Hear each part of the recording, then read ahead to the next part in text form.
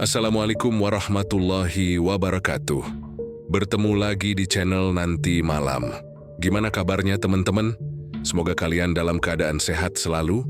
Malam ini saya akan membawakan cerita pesugihan warung jamu Mbak Nita. Jangan lupa subscribe dan nyalakan lonceng notifikasinya agar nggak ketinggalan cerita horor berikutnya. Oke, tanpa berlama-lama lagi, siapkan nyali kalian karena kita akan langsung masuk ke ceritanya. Di sebuah kampung padat di pinggiran kota, tepatnya di ujung gang sempit yang tak pernah sepi oleh suara tukang sayur dan anak-anak kecil bermain petak umpet, hiduplah seorang janda cantik bernama Mbak Nita. Usianya 35 tahun, tubuhnya semampai, kulit kuning langsat, dan rambut hitam panjang yang selalu dikepang rapi. Wajahnya manis, matanya teduh, tapi ada sedikit kesedihan yang diam-diam tersimpan dalam sorot matanya. Sudah 5 tahun Mbak Nita hidup menjanda sejak suaminya meninggal. Karena kecelakaan kerja, ia memilih untuk tidak menikah lagi. Bukan karena tak ada yang mau, justru sebaliknya. Banyak lelaki, bahkan yang sudah beristri, diam-diam tertarik padanya. Tapi Mbak Nita tahu, menjadi janda itu rumit. Salah langkah sedikit, bisa jadi bahan omongan sekampung. Untuk menyambung hidup, Mbak Nita membuka warung kecil di depan rumahnya. Warung itu sederhana, berdinding papan dan beratap seng, tapi selalu bersih dan harum jamu. Ia menjual berbagai macam jamu tradisional, jamu pegel linu, jamu asam kunyit, jamu kunci sirih, bahkan jamu kuat untuk para bapak-bapak yang mulai letih di usia. Ia meracik semuanya sendiri, menggunakan ramuan dari resep turun-temurun ibunya dulu. Setiap pagi, sejak pukul 6, ia sudah duduk di bangku kayu sambil menumbuk bahan jamu di cobek besar. Suara tok-tok-tok dari ulekan kayunya terdengar sampai ujung gang. Para ibu-ibu datang membeli jamu pelangsing atau jamu untuk haid. Para bapak-bapak pura-pura hanya beli jamu pegal, padahal minta diracikkan jamu kuat dengan isyarat mata dan senyum genit. Meski digoda sana-sini, Mbak Nita tetap ramah tapi tegas. Ia tahu batas. Ia tak mau jadi perusak rumah tangga orang. Tapi tetap saja, itu tidak membuat para istri di kampung merasa tenang. Banyak yang mulai tidak suka padanya, walau hanya diam-diam di belakang. Namun hidup Mbak Nita tak selalu tenang. Belakangan ini warungnya mulai sepi. Pelanggannya mulai pindah ke warung jamu baru yang dibuka oleh seorang wanita muda bernama Mbak Sally. Warung itu letaknya persis di seberang gang. Mbak Sally sama-sama janda, tapi lebih muda, lebih modis, dan lebih berani dalam melayani pelanggan. Warung Mbak Sally terang benderang. Selalu diputarkan lagu dangdut remix dan banyak bapak-bapak yang betah nongkrong di sana. Jamu yang dijual mungkin tak seenak racikan Mbak Nita, tapi pelayanannya dianggap lebih menyenangkan. Sekarang bapak-bapak itu lebih suka lihat paha daripada rasa jamu, gumam Mbak Nita sambil mengaduk jamu kunyit asamnya yang mulai dingin. Ia tahu dirinya mulai kalah saing, bukan karena kualitas, tapi karena penampilan dan keberanian. Sesekali Mbak Nita melihat dari kejauhan bagaimana Mbak Sally tertawa lepas sambil menepuk-nepuk bahu pelanggan lelakinya. Ia merasa panas. Ada rasa kesal yang mulai tumbuh, rasa iri yang lama-lama menjalar ke hati. Malam harinya Mbak Nita duduk di teras rumahnya yang remang-remang. Ia menatap langit gelap tanpa bintang, sambil memeluk lutut. Ia merasa lelah. Bukan hanya karena warungnya sepi, tapi juga karena bisikan-bisikan tetangga yang mulai menyakitkan. Janda sebelah itu gak laku-laku karena sombong. Gaya alim padahal suka tebar pesona. Pantas saja suaminya dulu celaka karma. Mbak Nita menarik napas panjang. Dulu, ia percaya bahwa kerja keras dan kejujuran akan membuahkan hasil. Tapi sekarang, semua terasa kabur. Apakah itu masih berlaku? Dari kejauhan, ia mendengar suara motor berhenti di depan warung Mbak Sally. Terdengar suara tawa lelaki dan Mbak Sally menyahut dengan manja. Matanya menajam. Sosok lelaki itu, ia kenal. Mas Adi, suami orang, tetangganya sendiri. Sudah punya istri dan anak 1, tapi sejak beberapa bulan terakhir, Mas Adi sering mampir ke warung Mbak Nita juga. Awalnya hanya beli jamu pegal, lalu mulai ngobrol, mulai senyum-senyum. Kadang kasih uang lebih, kadang pura-pura lupa dompet supaya bisa kembali lagi. Tapi setelah warung sepi, Mas Adi juga jarang ke tempatnya. Kini, ia malah sering terlihat di warung Mbak Seli. Hati Mbak Nita makin sesak. Dunia terasa tidak adil. Orang jujur seperti dia malah diinjak. Orang licik malah makin naik. Dalam hati kecilnya, sebuah bisikan halus mulai terdengar. Kalau kamu mau bangkit, ada jalan pintasnya, Nduk. Tanpa ia sadari, malam itu adalah awal dari segalanya.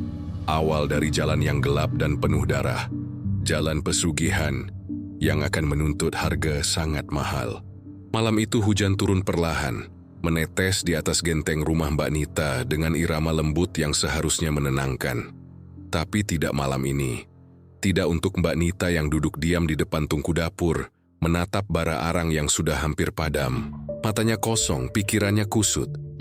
Warung jamunya makin sepi, tagihan listrik dan air sudah mulai menumpuk, dan uang simpanan dari almarhum suaminya nyaris habis. Kalau begini terus, aku bisa gila. Gumamnya pelan, memeluk lutut. Tiba-tiba, terdengar suara ketukan di pintu depan. Toh. Pelan tapi pasti. Jam sudah hampir pukul 10 malam. Siapa yang datang malam-malam begini? Mbak Nita berdiri perlahan membuka pintu sambil membawa centong kayu. Jaga-jaga kalau yang datang bukan orang baik. Ternyata di depan rumah berdiri seorang wanita tua.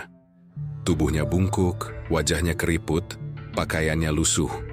Tapi matanya tajam seperti elang, seolah bisa menembus ke dalam hati orang.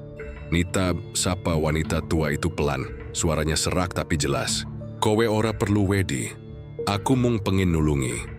Mbak Nita menelan ludah, ia tidak kenal siapa wanita itu. Tapi anehnya, ia tidak merasa takut. Ada semacam energi gaib yang menahan tubuhnya di tempat. Aku Nyai Lamtiar, lanjut wanita itu. Aku ngerti kesusahanmu. Warungmu sepi, uangmu habis, dan hidupmu mulai remuk. Tapi itu semua bisa berubah, Nduk. Tapi kowe kudu wani. Mbak Nita memicingkan mata. Maaf Bu, saya nggak paham maksudnya. Nyai Lamtiar tersenyum samar.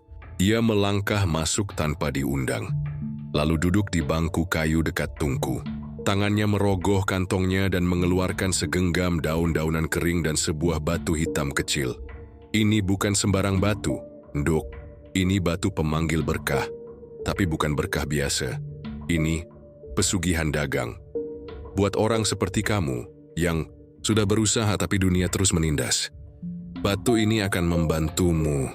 Asalkan kamu berani membayar harganya. Mbak Nita masih bingung. Bayar apa maksudnya, Bu? Hidup itu barter, Nduk. Kamu ingin warungmu ramai lagi? Kamu ingin uang datang tanpa henti? Maka kamu harus kasih tumbal. Tapi bukan sembarang tumbal. Kamu harus kasih jiwa lelaki yang sudah beristri, yang tergoda olehmu. Kalau dia benar-benar jatuh cinta padamu, dan kamu lepaskan ke dunia lain, maka berkah akan datang. Dunia Mbak Nita seakan berhenti berputar. Ia membeku, lelaki beristri, tergoda olehku. Tumbal Mas Adi, buat nama itu langsung muncul di kepalanya. Pria itu sudah lama menggoda dan mendekatinya. Bahkan sempat mengirim pesan mesra lewat WA. Ia tahu Mas Adi suka padanya. Ia juga tahu rumah tangga Mas Adi tidak harmonis. Mbak Nita menatap batu hitam yang kini diletakkan Nyai Lamtiar di meja dapur. Batu itu seolah berdenyut pelan seperti jantung yang hidup. Caranya gampang, Nduk, bisik Nyai Lamtiar. Bikin dia cinta lekat lalu kamu ajak dia minum jamu dari ramuan yang aku kasih. Malam berikutnya, dia akan pergi. Dan kamu akan mendapat apa yang kamu mau. Tapi ingat, ini tidak bisa dibatalkan. Sekali kamu masuk, tidak ada jalan keluar. Mbak Nita terdiam lama. Hujan di luar semakin deras, seakan memberi isyarat akan datangnya badai. Otaknya berperang. Ini gila. Ini jahat, tapi hidupnya sudah di ujung tanduk. Kalau dia tidak lakukan sesuatu, dia bisa kelaparan. Bahkan bisa mati pelan-pelan. Kalau saya setuju. Saya harus mulai kapan? Tanyanya pelan. Nyai Lamtiar tersenyum. Giginya kuning dan jarang-jarang. Ia mengeluarkan sebuah botol kecil, berisi cairan kehitaman. Ramuan ini kamu campur ke jamu buat Mas Adi. Jangan sampai dia tahu. Minum malam Jumat menjelang tengah malam. Setelah itu, tinggal tunggu.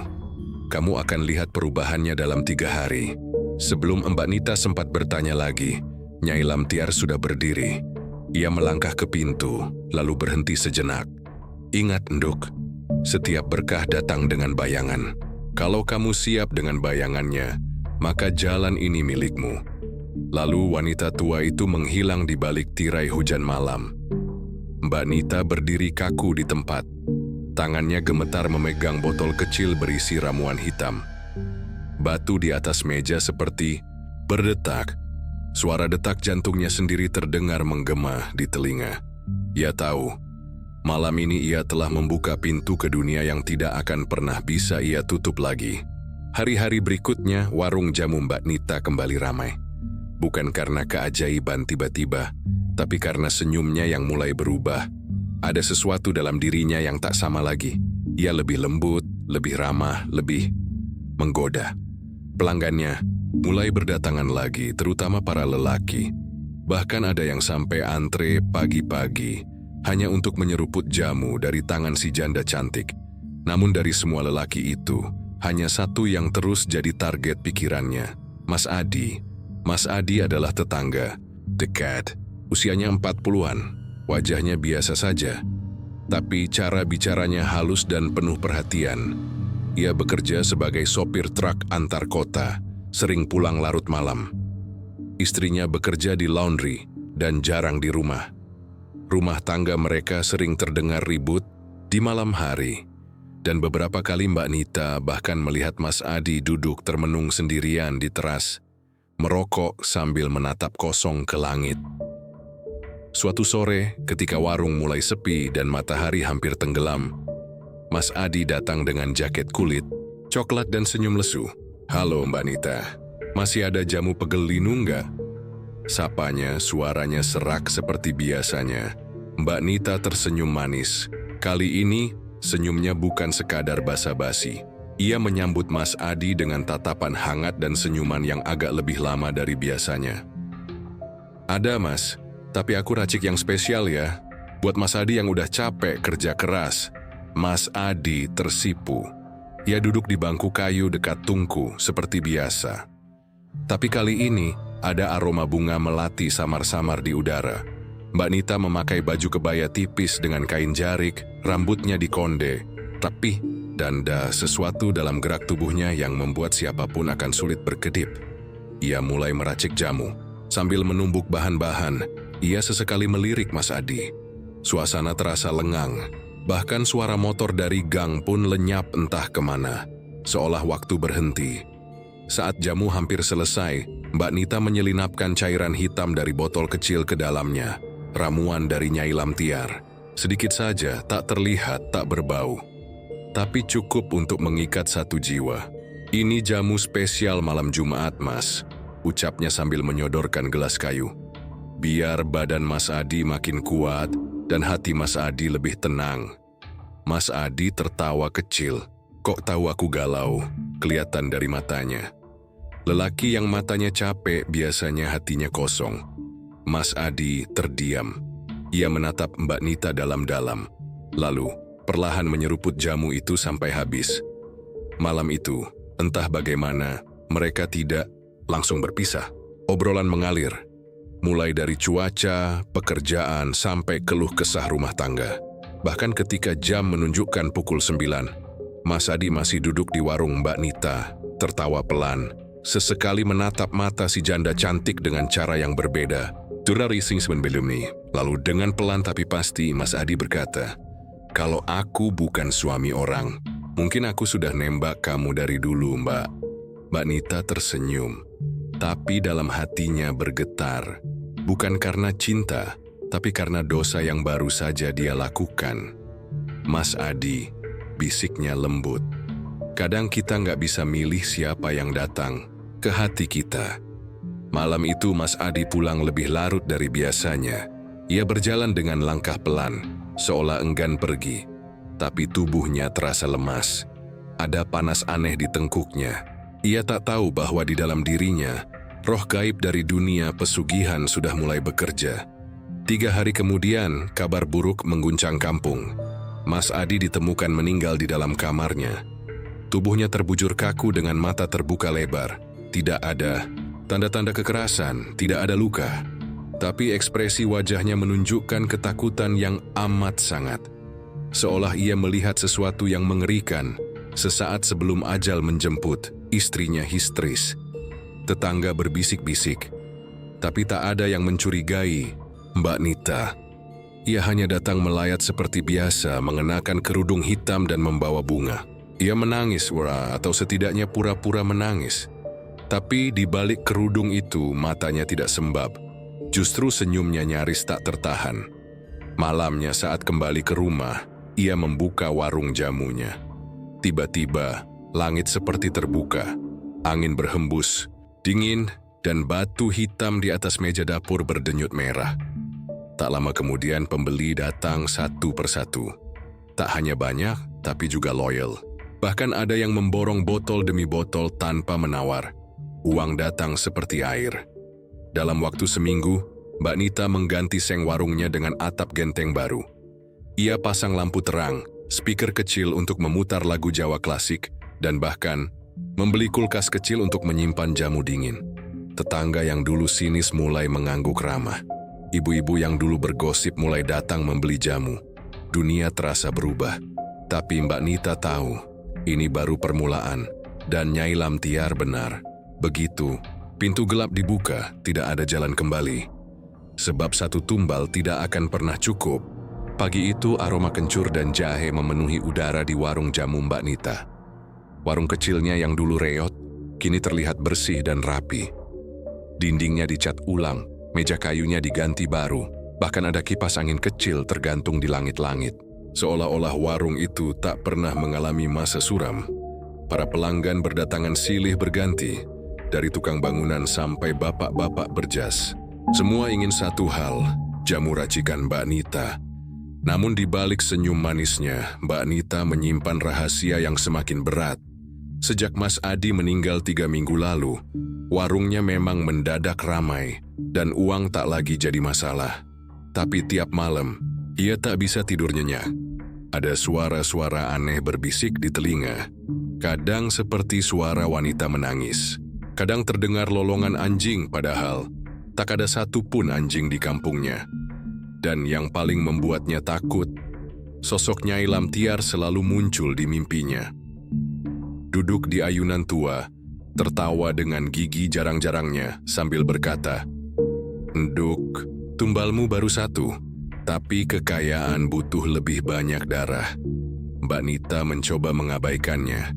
Ia sibuk memperluas dagangan, mencoba fokus pada kesuksesan barunya. Tapi rasa bersalah mulai tumbuh, terutama ketika bertemu istri Mas Adi yang kini sering melamun di teras rumahnya. Tatapannya kosong. Orang-orang bilang wanita itu mulai tidak waras sejak kematian suaminya. Suatu malam, saat hujan turun deras seperti malam saat Nyai Lamtiar pertama kali datang, Mbak Nita kembali mendengar ketukan di pintu. Tok, tok, tok. Tubuhnya langsung merinding. Ia tahu, itu bukan orang biasa dan benar saja. Saat pintu dibuka, sosok Nyai Lamtiar berdiri di sana. Pakaiannya basah kuyup, tapi ia tampak tak terganggu. Ia masuk tanpa bicara sepatah kata pun, lalu duduk di bangku dekat tungku seperti biasa. "Kowe seneng, Nduk, uangmu sudah banyak, warungmu ramai, hidupmu enak," ucap Nyai Lamtiar sambil menyalakan sebatang rokok linting. "Tapi jangan lali, pesugihanmu butuh makan lagi. Tumbalmu baru 1 dan itu belum cukup." Mbak Nita menelan ludah. "Tapi saya nggak sanggup, Nyai. Saya mimpi buruk tiap malam. Saya merasa dihantui." Nyai Lamtiar tertawa. "Ya memang begitu, kaya itu mahal. Kamu pikir tinggal duduk dan uang datang sendiri? Tidak, Nduk. Sekali kamu buka pintu ini, kamu harus terus kasih makan. Kalau enggak, yang kamu korbankan akan datang lagi, bukan buat menakutimu tapi buat menjemputmu. Mbak Nita pucat, ia tahu Nyai Lamtiar tidak main-main. Siapa? Siapa yang harus jadi tumbal selanjutnya? Tanya Mbak Nita dengan suara gemetar. Nyai Lamtiar mengeluarkan sebuah cermin kecil dari kantongnya. Dia menyuruh Mbak Nita mengintip ke dalam cermin itu. Dan saat Mbak Nita melihat, matanya langsung melebar. Di dalam cermin, ia melihat wajah seseorang yang tak asing. Pak Iwan, pria 45 tahun yang baru pindah ke kampung mereka. Duda beranak satu, tapi sekarang sudah menikah lagi dengan seorang wanita muda. Belakangan ini, Pak Iwan sering datang ke warungnya. Ramah, sering bercanda, dan terang-terangan mengagumi jamu buatan Mbak Nita. Kamu tahu kan dia sudah punya istri lagi? Tanya Nyai Lamtiar sambil menyeringai. Dia suka kamu, dan dia calon tumbal yang sempurna. Mbak Nita menunduk, dadanya sesak. Tapi dalam benaknya, wajah Pak Iwan memang sering muncul. Bahkan sempat beberapa kali mereka berbincang cukup dalam tentang kesepian, tentang pernikahan keduanya yang terasa hampa. Mbak Nita tahu, dia bisa membuat Pak Iwan jatuh cinta. Tapi dia juga tahu, itu artinya satu nyawa lagi harus melayang. Kalau aku tolak, tanya Mbak Nita pelan. Nyai Lamtiar mendekat. Matanya menyala merah. Maka kamu sendiri yang akan ditarik. Mereka lapar, nduk. Dan kamu yang sudah memanggil mereka. Kalau kamu tak kasih makan, kamu akan jadi makanannya. Setelah berkata demikian, Nyai Lamtiar menghilang begitu saja. Hanya meninggalkan cermin kecil yang kini retak-retak di meja dapur. Esok harinya, Mbak Nita berdiri di depan warung dengan pandangan kosong. Tapi begitu Pak Iwan lewat dan menyapa sambil tersenyum, tubuhnya langsung kaku. Ia tahu, waktu sudah mendesak. Pagi Mbak Nita, warungnya makin cantik aja. Kayak yang jualan, sapa Pak Iwan sambil tertawa kecil. Mbak Nita membalas dengan senyum manis, senyum yang sama seperti saat menjebak Mas Adi. Pak Iwan, kalau sempat nanti malam, mampir ya. Aku mau kasih jamu khusus. Buat bapak yang suka begadang dan kerja keras. Pak Iwan mengangguk tanpa curiga. Wah, spesial nih. Siap Mbak, nanti malam saya mampir. Dan saat Pak Iwan pergi, Mbak Nita kembali ke dalam. Meracik jamu seperti biasa. Tapi kali ini ia tambahkan sesuatu. Cairan hitam dari botol yang masih setengah penuh. Ramuan dari dunia gelap. Di balik senyum dan wangi kencur, warung itu kini menyimpan kematian kedua. Karena untuk setiap rezeki yang datang dengan cepat, ada darah yang harus dibayar. Malam itu, langit seperti menggantung rendah. Awan gelap menutupi bulan dan udara terasa lebih dingin dari biasanya. Di dalam warung jamu Mbak Nita, lampu minyak menyala redup. Aroma jamu segar bercampur dengan bau kemenyan tipis, samar namun menyusup ke dalam hidung siapapun yang masuk. Mbak Nita mengenakan kebaya berwarna merah marun. Rambutnya dikonde rapi, bibirnya dipoles merah terang. Ada sesuatu yang berbeda dari cara dia berdiri malam itu. Anggun tapi misterius, manis tapi mematikan. Tepat pukul 8 malam, suara langkah kaki terdengar dari ujung gang. Dan benar saja, Pak Iwan muncul dengan kemeja lengan panjang dan senyum lebar. Wah, Mbak Nita cantik banget malam ini, sapa Pak Iwan sambil duduk. Mbak Nita tersenyum tipis, menahan detak jantung yang berdegup tak beraturan. Terima kasih, Pak. Saya udah siapin jamu spesial seperti janji saya. Tanpa banyak tanya, ia mulai meracik jamu. Tangannya gemetar sedikit, tapi ia cepat menyembunyikannya. Di balik meja, ia mengeluarkan botol kecil berisi cairan hitam pekat. Cairan pesugihan dari Nyai Lamtiar. Beberapa tetes saja cukup untuk memutus garis hidup seseorang. Saat jamu siap, ia menyajikannya dengan tangan gemetar. Pak Iwan menerimanya tanpa curiga, lalu menyeruput perlahan. Enak banget Mbak. Hangat di badan. Mbak Nita duduk di seberangnya. Mereka mulai mengobrol. Awalnya ringan, tentang kerjaan, tetangga, bahkan politik kampung. Tapi lama-lama, percakapan mereka menyentuh hal yang lebih pribadi. Aku kadang ngerasa istri aku sekarang cuma butuh status, bukan cinta. ujar Pak Iwan sambil menunduk. Kok bisa gitu? Tanya Mbak Nita pelan. Entahlah, dia baik, tapi nggak ada kedekatan, dingin. Aku sering ngerasa kesepian di rumah sendiri. Mbak Nita memandang Pak Iwan. Ada rasa bersalah yang menyesak, tapi suaranya Ilham Tiar terus menggema di kepalanya. Kalau kamu tidak kasih makan, kamu yang akan jadi tumbalnya. Dan malam itu, seperti skenario yang sudah disusun iblis sendiri, Pak Iwan menghabiskan waktu cukup lama di warung Mbak Nita. Bahkan ketika jam sudah menunjukkan pukul 10 malam, mereka masih duduk bersama. Entah karena jamu itu, atau karena pesona Mbak Nita, Pak Iwan terlihat nyaman. Terlalu nyaman. Aku senang ngobrol sama kamu, Mbak Nita, rasanya beda. Kamu hangat, kata Pak Iwan pelan dan Mbak Nita pura-pura tertawa kecil. Tapi di dalam hatinya, ia seperti sedang berjalan di ujung jurang.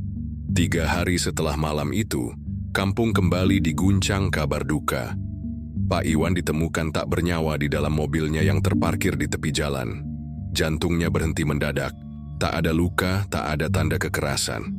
Tapi di dashboard mobilnya, ditemukan segelas plastik jamu yang masih menyisakan sedikit cairan. Istrinya histeris. Tetangga mulai berbisik. 2 kematian lelaki dalam waktu dekat, dan dua-duanya dikenal dekat dengan Mbak Nita. Tapi sekali lagi Mbak Nita lolos. Ia datang melayat dengan wajah tenang dan mata berkaca-kaca. Orang-orang memujinya karena masih peduli meski hanya teman biasa. Namun malam setelah kematian Pak Iwan, angin berhembus kencang dari arah timur. Suara kucing melolong tanpa henti di belakang warung. Dan ketika Mbak Nita hendak tidur, ia mendengar suara berbisik di telinganya. Bagus, Nendo. Tapi mereka belum kenyang. Satu lagi, hanya satu lagi. Dan kamu bisa punya segalanya. Mbak Nita menjerit. Ia menutup telinganya, berlari ke pojok kamar dan menangis keras-keras. Tapi suara itu tak mau hilang. Telinganya berdarah, matanya merah, hatinya remuk. Dia mulai bertanya pada dirinya sendiri. Benarkah ini sepadan dengan semua kekayaan ini? Uang memang datang deras. Warungnya makin ramai. Bahkan kini ia sudah bisa membeli sepeda motor baru dan menyewa pembantu untuk bantu meracik jamu. Tapi tiap malam, ia tak pernah tenang. Selalu ada suara, selalu ada mimpi buruk, selalu ada darah di balik senyum pelanggan yang datang. Dan di balik cermin di kamar tidurnya, ia mulai melihat bayangan Pak Iwan berdiri diam, membisu, menatap, lalu tersenyum, senyum yang dingin dan mengerikan. Pagi harinya Mbak Nita berdiri di depan warung, menatap jalanan kosong. Dalam hatinya berkecamuk, menyesal, takut, tapi juga terikat. Karena dia tahu, dia sudah terlalu dalam. Dan tumbal ketiga, hanya tinggal menunggu waktu. Hari-hari setelah kematian Pak Iwan terasa aneh. Langit di atas kampung seperti lebih muram dari biasanya. Daun-daun kering jatuh tanpa angin. Burung-burung gagak sesekali terlihat bertengger di genteng warung jamu Mbak Nita, menatap diam seolah mengawasi. Warung itu memang makin ramai, tapi hati Mbak Nita semakin kosong. Ia seperti hidup dalam 2 dunia. Satu dunia di mana orang-orang memujinya sebagai janda tangguh yang sukses, dan satu dunia gelap di balik tirai malam, penuh bisikan, teror, dan penyesalan. Suatu malam, ketika ia sedang mengepel lantai warung, tiba-tiba lampu padam. Padahal malam itu cerah, tidak hujan. Mbak Nita menghela napas dan berjalan ke belakang untuk mengecek saklar. Tapi baru beberapa langkah ia mendengar suara yang tak asing. Suara langkah kaki berat seperti milik seorang pria dewasa di dalam rumahnya. Mbak Nita membeku. Seluruh bulu kuduknya berdiri. Ia tahu betul malam itu ia sendirian. Pembantunya sudah pulang sejak sore. Langkah itu semakin mendekat. Tok, tok, tok. Bersamaan dengan itu ada suara berbisik di telinganya. Pelan tapi jelas. Kenapa, Nita? Sudah lupa sama aku? Mbak Nita menoleh. Di ujung ruangan samar-samar ia melihat sosok lelaki berkemeja putih, berdiri menunduk, rambutnya menutupi sebagian wajah. Tubuhnya kaku. Dan ketika ia mengangkat kepalanya, Mbak Nita ingin berteriak, tapi suaranya lenyap. itu wajah Pak Iwan. Pucat, matanya hitam kelam dan bibirnya sobek hingga ke pipi. Ia tidak bicara, hanya menatap tajam lalu menghilang seketika. Malam itu Mbak Nita mengurung diri di kamar, menangis keras sambil membaca ayat-ayat yang ia hafal seadanya. Tapi suara-suara itu tidak pergi. Mereka seperti berdengung dalam kepala. Kadang suara Mas Adi, kadang suara Pak Iwan. Kadang suara perempuan menangis. Kadang tawa Nyai Lamtiar yang serak dan menggema. Besok paginya wajah Mbak Nita tampak pucat. Ia mulai terlihat aneh di mata tetangga. Beberapa pelanggan juga mulai membicarakan perubahan sikapnya. Ia lebih sering melamun dan kadang tiba-tiba bicara sendiri. Di malam-malam berikutnya, gangguan semakin parah. Piring-piring pecah sendiri di dapur. Gelas-gelas jamu tiba-tiba jatuh dan mengeluarkan darah. Cermin kamar memantulkan wajah-wajah yang bukan miliknya. Suatu kali, ia bahkan mendapati tubuhnya penuh lebam tanpa tahu penyebabnya. Mbak Nita mencoba mencari pertolongan. Ia mendatangi seorang ustaz tua di pinggir kota. Setelah didengarkan kisahnya, ustaz itu hanya menggeleng pelan. Kamu sudah bersekutu dengan jin. Kalau ingin keluar, kamu harus berani mengorbankan yang paling kamu cintai. Atau kamu akan ditarik ke dalam dunia mereka. Dan percayalah, mereka tidak sekadar ingin jiwa. Mereka ingin siksaanmu, penderitaanmu. Mbak Nita pulang dengan langkah gemetar. Semalaman ia berpikir, siapa yang paling ia cintai, tapi hatinya pun kosong. Ia sudah lama tak percaya cinta. Bahkan ia mengorbankan dua pria yang pernah menyukainya. Malam berikutnya adalah malam paling mengerikan dalam hidupnya. Pukul 2 dini hari, Mbak Nita terbangun karena mendengar suara ketukan keras di pintu warung. Tok, tok, tok. Ia tak berani membuka, tapi suara itu terus berulang, seperti tak pernah lelah. Tok, tok, tok. Dan lalu suara tangisan perempuan terdengar, disusul suara Pak Iwan yang berkata, "Bukakan pintu, Mbak. Saya kedinginan. Kenapa kamu tegah?" Mbak Nita menutup telinganya, meringkuk di sudut kamar. Tapi tiba-tiba seluruh lampu menyala sendiri, dan bayangan hitam muncul di dinding, membesar, semakin membesar, hingga menutupi seluruh dinding kamar. Dari bayangan itu, sosok Nyai Lamtiar muncul. Kali ini wajahnya lebih menyeramkan. Kulitnya mengelupas, matanya hitam, dan mulutnya berisi cacing-cacing kecil yang terus bergerak. Sudah waktunya, Nduk. Mereka semua menuntut. Tumbal yang kamu berikan belum cukup. Sekarang, waktunya kamu rasakan rasa sakit mereka. Tiba-tiba, tubuh Mbak Nita terangkat ke udara. Seperti ada yang menariknya dari leher. Ia berteriak, menggeliat, mencoba lepas dari kekuatan tak kasat mata itu. Tapi sia-sia. Udara dalam paru-parunya mulai habis. Matanya memerah.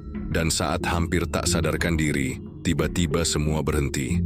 Mbak Nita jatuh ke lantai terbatuk keras. Ruangan menjadi gelap kembali. Ia tahu, waktu untuk memilih sudah habis. Satu kesalahan lagi, dan ia akan benar-benar diseret ke dunia Nyai Lamtiar. Esok harinya warung Mbak Nita tutup. Orang-orang mulai bergunjing. Banyak yang bilang Mbak Nita sudah gila. Beberapa mengaku melihat dia tertawa sendiri sambil meracik jamu. Ada pula yang bilang ia sering terlihat berbicara dengan bayangannya sendiri. Satu hal yang pasti, gangguan dari dunia gaib telah menyusup ke dalam hidupnya. Dosa-dosanya datang menagih, dan darah yang telah tertumpah menuntut balas. Mbak Nita tahu, satu-satunya cara agar ia bisa selamat adalah dengan memberikan tumbal ketiga. Tapi siapa yang akan jadi korbannya? Dan apakah jiwanya akan sanggup untuk melakukannya lagi? Hujan turun sejak sore, membasahi tanah kampung kecil itu, hingga beraroma basah dan tanah liat. Di warung jamu Mbak Nita, tak ada tanda-tanda kehidupan. Tirai bambu di depan pintu tertutup rapat.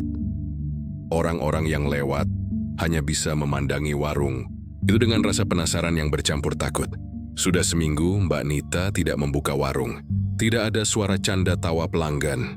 Tidak ada aroma jamu segar. Tidak ada senyum manisnya yang menggoda. Konon katanya Mbak Nita sekarang sering terlihat duduk termenung di teras rumahnya, dengan mata kosong dan rambut kusut. Kadang tertawa, kadang menangis sendiri. Malam itu di dalam kamarnya yang gelap, Mbak Nita duduk bersila di depan cermin. Di tangannya ada segelas air putih dan sebatang dupa menyala. Bau kemenyan memenuhi kamar. "Nyai, tunjukkan jalan keluar," bisiknya. Pelan, nyaris tak terdengar. Cermin di depannya mulai berembun. Dan dari balik kabut cermin itu, wajah Nyai Lamtiar muncul perlahan. Matanya merah membara. Kulitnya semakin mengelupas, dan giginya mencuat keluar seperti taring. "Tumbal terakhir sudah harus diberikan malam ini. Atau kamu yang akan jadi milikku," suara Nyai bergema seperti datang dari segala arah. Mbak Nita menggigil.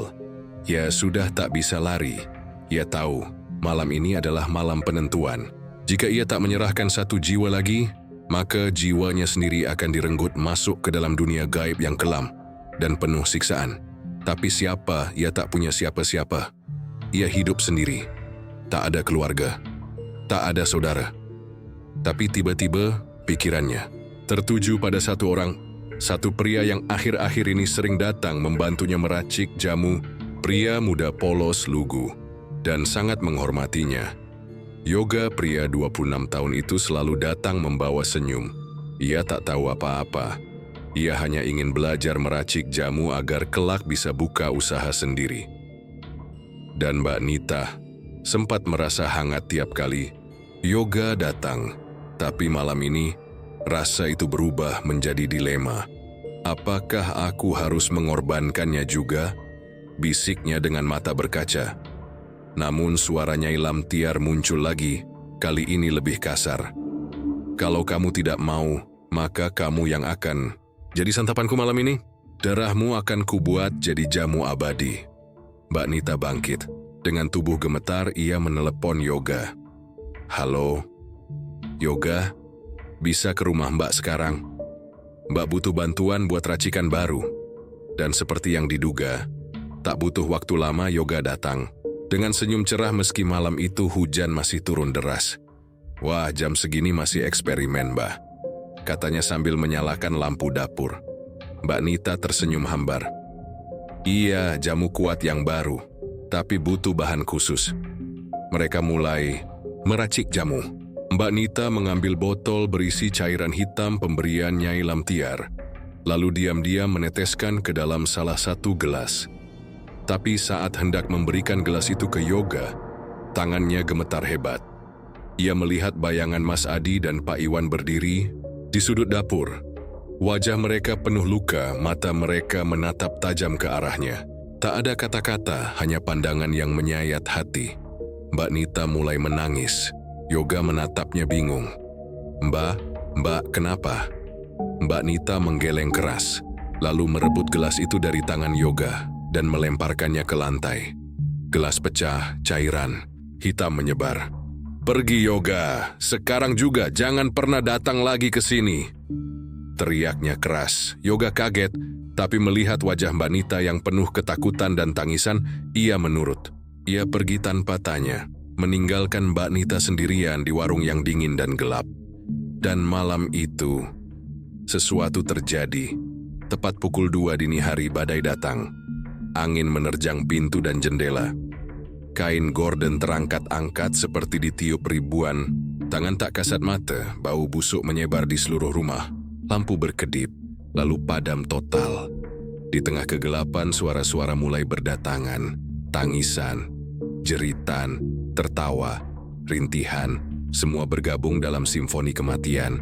Cermin di kamar Mbak Nita retak. Dari balik retakan itu, muncul tangan-tangan hitam yang mencengkeram pinggirannya.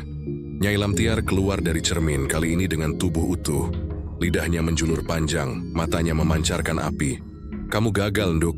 Sekarang giliranmu." Mbak Nita berteriak sekuat tenaga, tapi suaranya tenggelam dalam gemuruh petir dan lolongan gaib.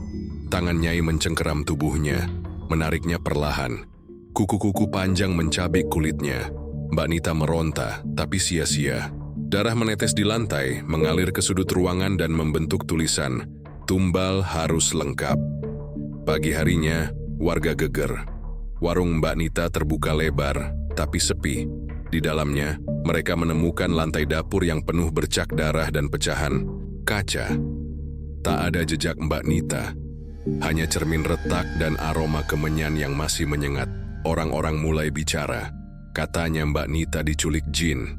Katanya ia dibawa ke alam gaib. Katanya ia dijadikan tumbal oleh kekuatan yang dulu ia panggil sendiri. Yoga tak pernah kembali ke warung itu. Ia pindah kota. Tak sanggup lagi mengingat malam terakhir itu. Dan sejak hari itu, siapapun yang lewat depan warung jamu tua itu selalu mempercepat langkah.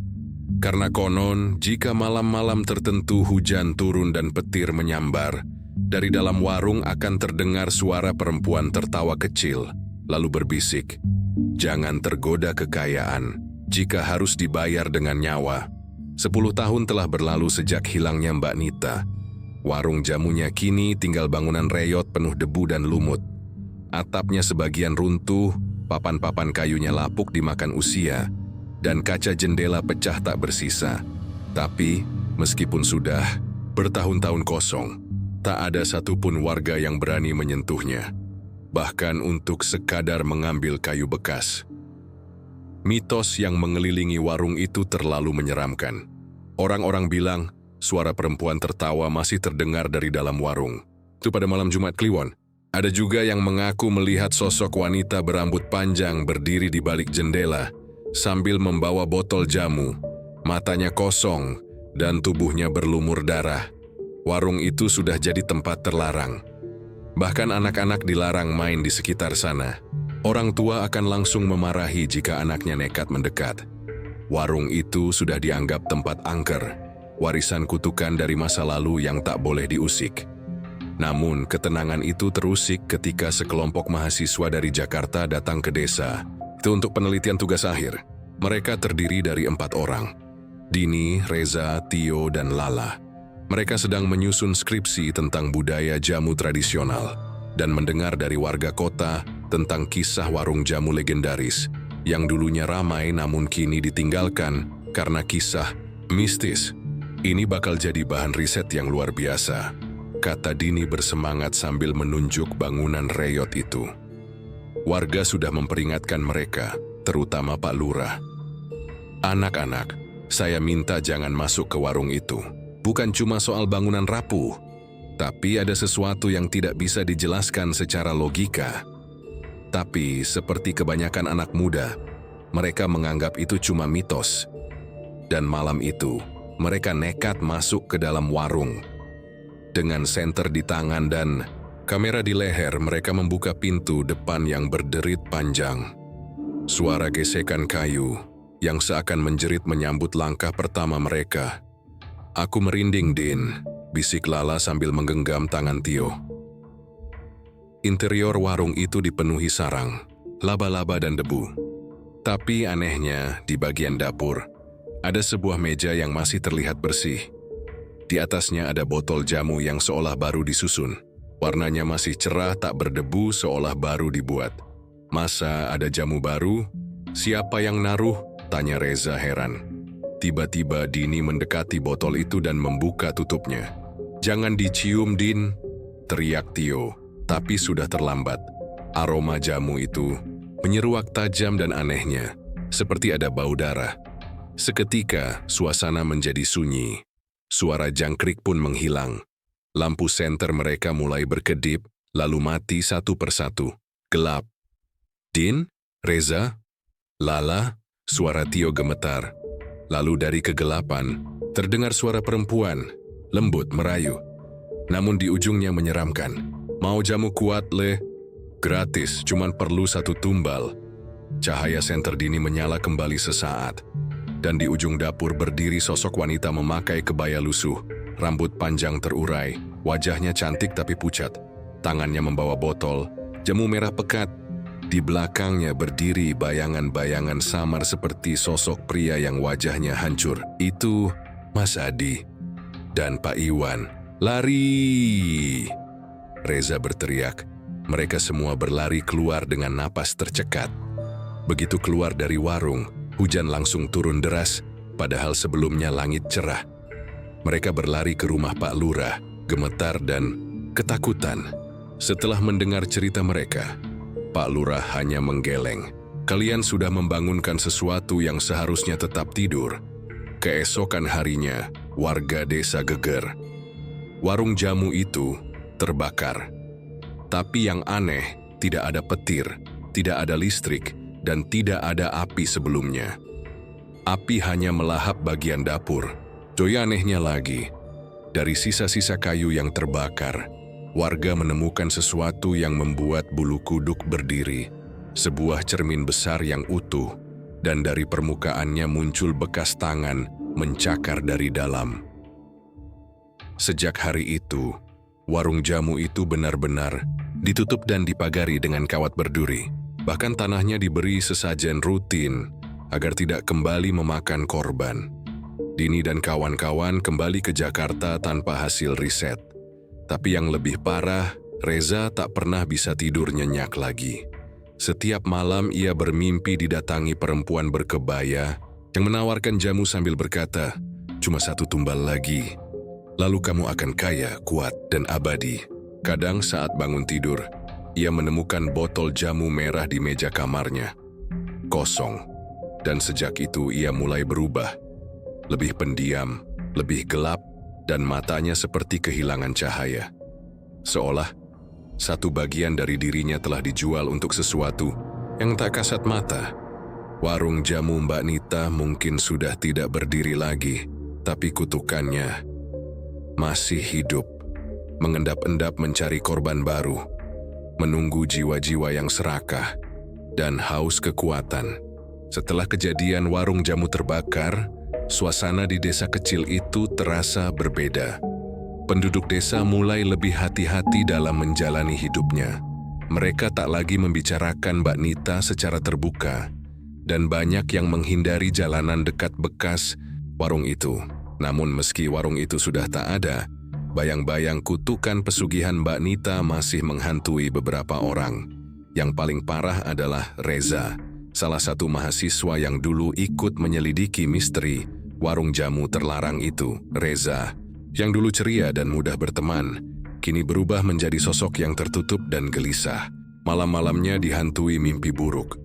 Dalam tidurnya, Reza sering melihat sosok wanita berjubah kelabu, dengan mata kosong dan senyum dingin, datang mendekatinya dengan membawa botol jamu merah pekat. Sudah waktunya, bisik suara itu di telinganya. Setiap pagi Reza bangun dengan keringat dingin, dan selalu menemukan botol jamu yang sama di meja kamarnya, kosong tanpa setetes pun cairan di dalamnya. Ia mulai merasakan ada sesuatu yang mengalir di dalam tubuhnya, seperti kekuatan yang aneh, namun berat di dadanya. Namun, bersamaan dengan itu, ada rasa ketakutan dan kehampaan yang semakin besar.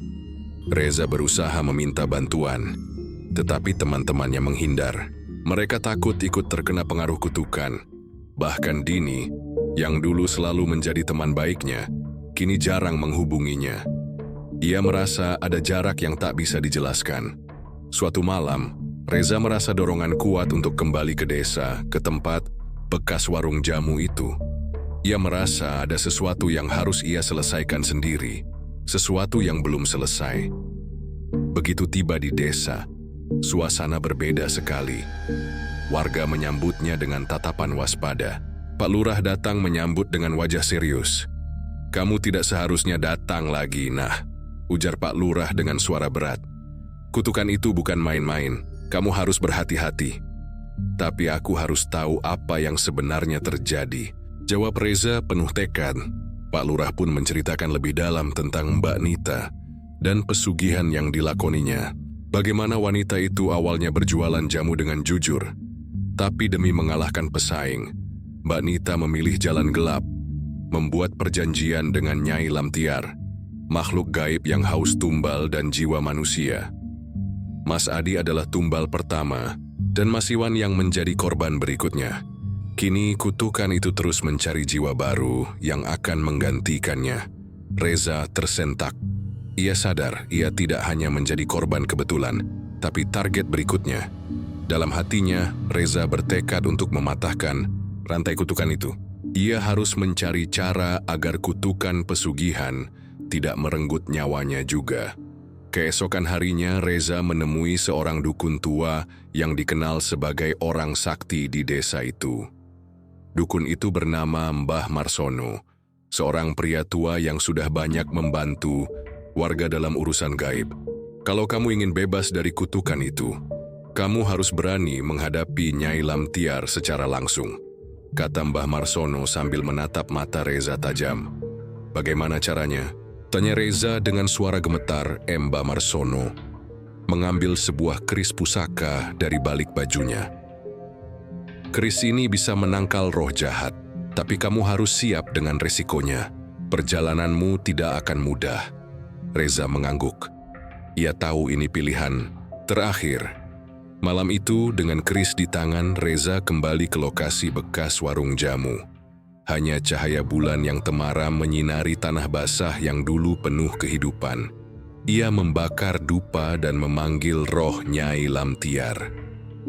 Suara angin berdesir, tiba-tiba muncul sosok wanita berjubah kelabu. Wajahnya dingin tanpa emosi, dan mata merah menyala. Kamu kembali. Aku sudah menunggumu, katanya pelan. Reza mengangkat keris dan berkata tegas, aku datang untuk membebaskan diriku dan desa ini dari kutukanmu. Pertarungan antara manusia dan makhluk gaib pun terjadi. Reza berlari menghindar, sesekali mengayunkan keris pusaka itu ke arah bayangan Nyai Lamtiar. Cahaya keris berkilat kuat memancar, mengusir kegelapan yang menyelimuti malam. Namun roh jahat itu licik. Ia mencoba menggoda dengan tawaran kekayaan dan kekuatan, sama seperti yang dulu dia tawarkan pada Mbak Nita. Tumbal itu bukan hanya nyawa, tapi juga kehendakmu sendiri, bisik Nyai Lamtiar sambil mengejek. Reza berusaha tetap teguh. Ia mengingat semua penderitaan yang dialami Mbak Nita, Mas Adi, dan semua korban lainnya. Ia tak mau menjadi korban selanjutnya. Dengan kekuatan yang tersisa, Reza mengayunkan keris pusaka ke arah sosok itu. Cahaya putih menyelimuti seluruh tubuh Nyai Lamtiar. Ia menjerit keras sebelum akhirnya menghilang bersama angin malam. Udara terasa lega dan suasana menjadi tenang. Reza merasa beban di dadanya menghilang. Kutukan itu akhirnya pecah. Ia menunduk, bersyukur bisa melewati malam penuh kengerian itu. Esok paginya, Reza pergi meninggalkan desa dengan perasaan baru, bebas dari bayang-bayang kutukan yang selama ini menghantui. Meski begitu, ia tahu bahwa kutukan pesugihan selalu ada di mana-mana, mengintai siapa saja yang ingin memilih jalan pintas demi kekayaan dan kekuatan. Jangan pernah tergoda, pikirnya dalam hati, karena harga yang harus dibayar bisa jadi nyawa sendiri, atau bahkan jiwa yang terperangkap selamanya. Tamat. Terima kasih buat teman-teman yang sudah mendengarkan ceritanya. Jangan lupa tinggalkan pesan dari cerita tersebut di kolom komentar. Semoga kalian sehat selalu dan lancar rezeki. Nantikan cerita berikutnya dari Nanti Malam. Saya pamit undur diri. Wassalamualaikum warahmatullahi wabarakatuh.